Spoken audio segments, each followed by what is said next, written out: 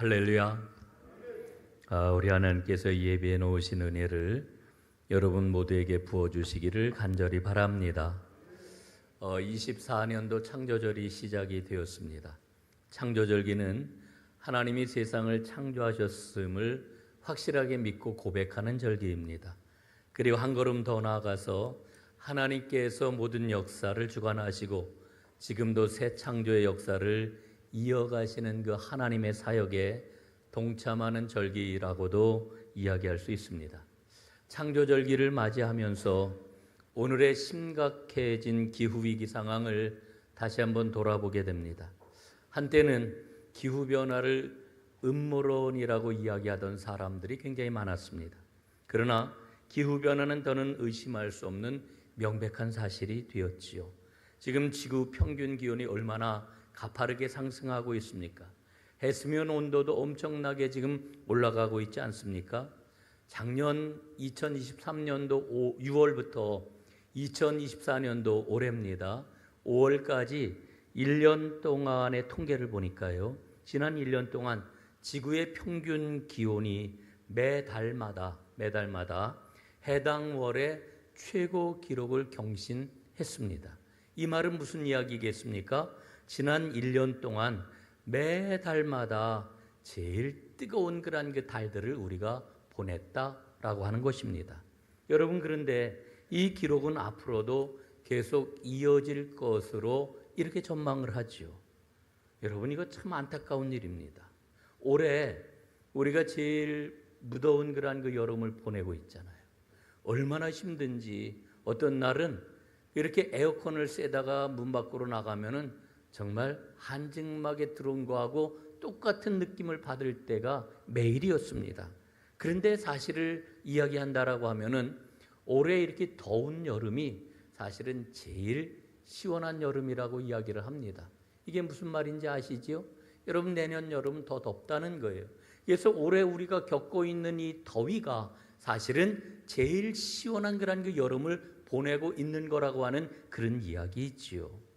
여러분, 우리는 흔히 이 기후변화 문제가 지난 20년 동안의 이슈였다고 이렇게 생각을 합니다.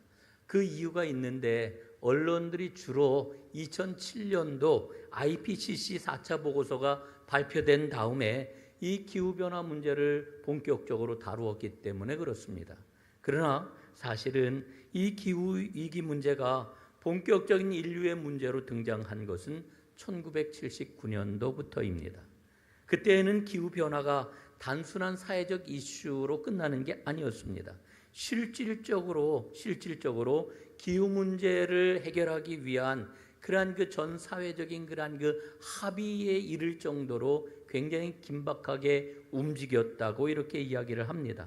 여러분, 탄소 배출에 가장 큰 위험을 제공하는 그러한 기업이 바로 정유회사일 것입니다. 그래서 이 정유회사들과 많은 기업들은 물론이고 그리고 정치인들도 이 문제를 해결하기 위한 방안을 적극적으로 찾아냈습니다. 그리고 이 문제에 대한 사회적 합의를 체결하는 단계까지 근접을 했습니다. 그러나 1979년도의 이 시도는 결국은 실패하고 말았습니다.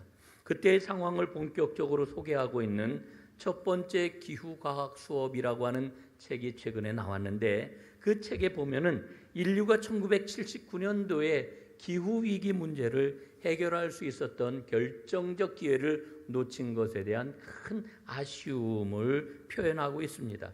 그리고 그때 왜 실패했는지 그 상황들을 지금 세세하게 일러주고 있고 그 상황을 이해하고 오늘의 문제를 바라보게 될 때에 오늘 우리가 처해 있는 상황 속에서 어떤 해결 방안을 찾을 수 있을 것인지를 이야기를 하고 있습니다. 저는 2024년도를 보내면서 오늘 한국교회 상황을 다시 한번 돌아봅니다. 많은 교회가 기후위기 문제를 이야기를 합니다. 그런데 동시에 이 기후위기 문제를 이야기하면서 힘들어합니다. 왜냐하면은 이 기후위기를 말하는 게 정말 신앙의 본질적인 문제냐 이렇게 물음을 받게 되고 거기에 대해서 제대로 된 설명을 하고 있지 못하기 때문에 사실은 기후위기 문제 앞에서 교회는 힘들어하고 있습니다. 여러분, 실제로 많은 그리스도인들이 생태 위기에 대응하는 것은 너무너무 필요한 일이다, 반드시 해야 되는 일이다, 이렇게 대답을 하지만, 그러나 그저 이 일은 사회에서 펼치는 환경운동의 일환이라고 생각하는 사람들이 거의 대부분입니다. 그런데 여러분, 혹시 그 사실을 아시는지 모르겠습니다. 한국 교회가 우리 사회에서 가장 먼저 공해 문제와 환경 문제의 심각성을 운동적 차원에서 제기하고 실천해 왔다라고 하는 사실을 여러분 아시는지 모르겠습니다. 여러분, 기독교 환경운동연대라고 하는 단체가 있지요. 이 기독교 환경운동연대는 사실은 한국 사회 최초의 환경운동단체입니다. 그래서 한국교회가 이 환경 문제를 다루어 온 지, 이 문제를 놓고 신앙적으로 기도하며 씨름해 온 지 40년이 넘었습니다. 그런데도 교회는 아직도 이 일을 사회운동의 언어로만 이야기할 뿐 신앙의 언어로 제대로 바꾸어내지를 못하고 있는 이런 상황인 것입니다. 여러분, 그래서 저는 2024년도를 보내면서 하나님 앞에 간절히 기도하고 있습니다. 하나님, 성경의 언어를 가지고, 믿음의 언어를 가지고 오늘의 기후위기 상황을 설명하게 해 주옵소서. 그리고 기후위기 상황을 극복하는 제대로 된 신앙운동을 펼쳐나가게 해 주옵소서. 이게 저의 간절한 기도 제목입니다. 여러분 함께 기도하고 이 문제를 놓고 신앙적으로 씨름할 때에 하나님께서 길을 열어주실 줄로 믿습니다. 오늘 창조절 첫 주일에 우리는 창세기 2장에 나오는 에덴 동산 이야기를 읽고 이 말씀의 의미를 마음에 새겨보려고 합니다. 여러분, 본문의 의미를 마음에 새기면서 우리가 처해 있는 상황을 제대로 이해하고 설명할 수 있는 그와 같은 능력이 신앙적으로 생겨날 수 있기를 저는 기대합니다. 여러분, 에덴 동산은 모든 인간의 고향입니다. 에덴 동산은 우리가 당도하게 될 하나님 나라의 원형을 보여주는 곳이기도 합니다. 그런데 에덴 동산은 놀고 먹는 동산이 아닙니다. 하나님께서 사람에게 맡겨주신 일거리가 있다, 그런 이야기죠. 오늘 15절 말씀에 보니까 이렇게 말씀을 해주고 있어요. 여호와 하나님이 그 사람을 이끌어 에덴 동산에 두어 그것을 경작하며 지키게 하시고, 이렇게 말씀합니다. 여러분, 여기에서 경작하고 지킨다라고 하는 이 일이 하나님께서 우리에게 맡겨주신 일이다라고 하는 겁니다. 여러분, 이 구절을 전에 우리가 읽던 개역 한글 성경판에서는 다스리며 지키게 하시고, 이렇게 번역을 했습니다.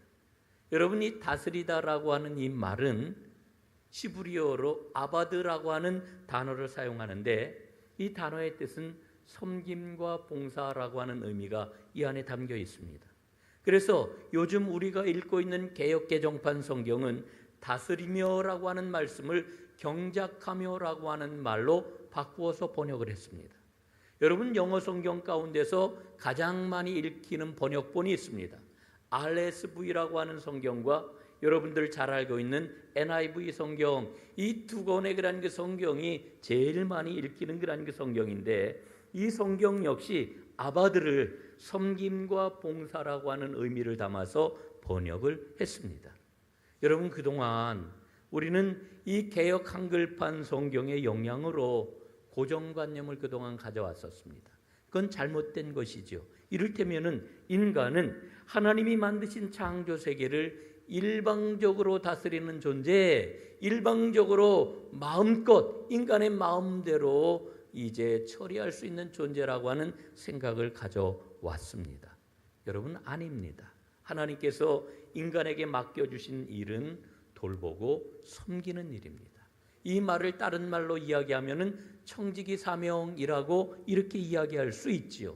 여러분이 청지기 사명, 청지기 믿음은 매우 중요합니다. 특별히 하나님의 창조 질서를 생각할 때 더욱더 그렇지요. 왜 그럴까요? 바로 청지기 사명은 우리 인간이 누구인지를 설명해 주기 때문에 그렇습니다. 사랑하는 여러분, 나는 누구일까요? 우리는 누구일까요? 여기에 대해서 성경은 청지기 믿음을 가질 때 내가 누구냐라고 하는 것을 분명히 알 수 있다고 이야기해 줍니다. 여러분, 청지기 신앙은 무엇보다도 우리 인간이 이 세계의 주인공이 아니다, 이렇게 말씀을 해줍니다. 예? 우리가 이 세계의 주인이 아니에요. 그럼 이 세계의 주인이 누굴까요? 그건 바로 하나님이십니다. 하나님께서는 하나님의 영광을 위하여 이 세계를 창조하셨습니다. 여러분, 골로새서 말씀을 보면은 이렇게 우리에게 일러주고 있죠. 1장 16절입니다. 새 번역으로 한번 읽어보겠습니다. 만물이 그리스도 안에서 창조되었습니다. 모든 것이 그로 말미암아 창조되었고 그를 위하여 창조되었습니다. 그를 위하여 창조되었다. 그리스도를 위하여 창조되었다. 하나님을 위하여 창조되었다라고 하는 겁니다. 여러분, 우리가 살고 있는 이 세상은 나를 위하여, 인간을 위하여 창조된 게 아니고 누구를 위해 창조됐습니까? 하나님을 위하여 창조되었습니다. 이 세계의 주인은 사람이 아니에요. 하나님이 주인이십니다. 두 번째로, 하나님은 인간만을 위하여 존재하지 않으신다라고 하는 것을 우리에게 일러줍니다. 여러분, 하나님께서는 인간을 만드실 때에 창조 세계 안에서 살아가도록 만드셨습니다. 여러분, 이 문제는 정말 중요해요. 이 문제는 구원이 뭐냐라고 하는 것하고도 직결이 되는 문제입니다. 여러분, 우리는 지금까지 구원은 인간의 문제라고 생각을 했어요. 인간의 문제. 좀 더 정확하게 이야기를 하면은 인간만의 문제라고 생각을 했어요. 여러분, 그런데 하나님께서는 하나님의 구원의 계획 가운데 인간뿐만 아니라 하나님이 만드신 모든 피조물을 포함해 놓고 계십니다. 여러분, 이건 정말 놀라운 일이에요. 인간만 구원받는 게 아니라 모든 피조물이 구원받기를 하나님은 원하고 계시다라고 하는 이야기입니다. 여러분, 이 이야기를, 두 동산 이야기를 가지고 한번 말씀을 드려볼게요. 여러분, 그 복음주의 신학의 거장이라고 이야기하는 사람이 있습니다. 존 스토트 목사님이신데 이분은 성경을 이렇게 설명합니다. 성경은 두 동산 이야기다. 우리가 뭐 잘 알고 있는 그런 이야기 아닙니까? 그 두 동산은 바로 에덴 동산과 겟세마네 동산을 가리키지요. 에덴 동산에서 아담과 하와는 하나님의 뜻을 거부했습니다. 그리고 자기의 뜻을 관철했습니다. 여러분, 이게 죄입니다. 그러니까 죄의 본질은 불순종입니다. 오늘 성경 말씀 16절 17절 말씀에 보면은 선악을 알게 하는 나무의 열매는 먹지 말지니 이를 먹으면 정녕 죽으리라. 하나님이 먹지 말라고 말씀을 하셨습니다. 그러나 인간은 이 열매를 먹고 말았습니다. 그런데 이 먹음으로 말미암아 죄가 들어오게 되었고 이 죄의 결과는 인간에게만 국한되지 않았던 겁니다. 하나님의 창조 세계에도 이 죄의 결과가 미치게 된 것이지요. 여러분, 창세기 3장 17절 18절에 보니까 이렇게 말씀을 합니다. 내가 내게 먹지 말라 한 나무의 열매를 먹었은즉 땅은 너로 말미암아 저주를 받고. 여러분, 뭐라고요? 땅은 너로 말미암아 저주를 받고 너는 내 평생에 수고하여야 그 소산을 먹으리라. 땅이 내게 가시덤불과 엉겅퀴를 낼 것이라. 이렇게 말씀을 합니다. 사랑하는 여러분, 에덴 동산에서 행한 인간의 불순종 때문에, 그 죄 때문에 하나님이 만드신 모든 창조 세계가 저주 가운데 빠지게 되었다. 성경은 일러주고 있습니다. 에덴 동산의 불순종의 결과는 저주와 형벌이라고 하는 것이지요. 여러분, 또 하나의 동산이 있지요. 겟세마네 동산입니다. 예수님께서는 겟세마네 동산에서 인간 예수의 뜻을 거부했습니다. 자기의 뜻을 거부했습니다. 그리고 하나님의 뜻을 관철했습니다. 이걸 우리는 순종이라고 이야기를 합니다. 나의 뜻을 거부하고 하나님의 뜻을 받아들이는 것, 이게 바로 순종입니다. 그래서 예수님은 십자가를 짊어지셨습니다. 여러분, 그래서 겟세마네 동산은 순종의 동산이라고 말을 하는 것이지요. 여러분, 예수님이 순종하심으로, 그 십자가를 지심으로 이 땅에 하나님의 구원과 생명이 찾아왔습니다. 그리고 인간은 죄와 사망의 법에서 해방이 되었지요. 이 사실을 로마서는 아주 명확하게 우리에게 일러줍니다. 이는 그리스도 예수 안에 있는 생명의 성령의 법이 죄와 사망의 법에서 너를 해방하였음이라. 아멘. 여러분, 앞에서 말씀을 드렸던 것처럼 우리는 구원은 인간만의 문제라고 생각했습니다. 하나님께 용서받는 인간의 문제라고만 지금까지 여겨왔던 거지요. 그러나 여러분, 우리는 지금까지 잊고 있었어요. 망각하고 있었어요. 그게 뭐냐? 에덴 동산에서 행한 인간의 불순종으로 하나님이 만드신 이 창조 세계에 임한 참혹한 죄의 결과를 망각하고 지금까지 살아왔다라고 하는 겁니다. 여러분, 창세기 17장에서 분명하게 우리에게 일러주고 있잖아요. 땅은 인간으로 말미암아 저주를 받았습니다. 그런데 더 중요한 게 있어요. 그 저주의 결과가 끝나지 않았다라고 하는 거죠. 지금도 고통으로 이어지고 있다라고 하는 거죠. 로마서 8장 22절에 보니까 뭐라고 그래요? 21절에 보니까 피조물이 다 이제까지 함께 탄식하며 함께 고통을 겪고 있는 것을 우리가 아느니라. 예? 여러분, 피조물이 지금까지 탄식하고 고통을 겪고 있습니다. 왜? 인간의 죄 때문에, 인간의 불순종 때문에 아무런 죄가 없는 피조물이 고통 가운데 신음을 하고 있는 거지요. 여러분, 제가 얼마 전에 기도하는데 제 마음속에 그런 마음이 들었어요. 예? 내가 지금 피조세계가 고통당하고 있는 이와 같은 문제를 놓고 일말의 책임을 느껴야 되는 거 아닐까? 이런 마음이 들었어요. 여러분, 우리가 정말 양심이 있다라고 하면은 아무런 죄가 없는데 고통받고 있는 이 피조세계에 대한 책임감을 느끼는 게 이게 너무나 당연한 것 아닙니까?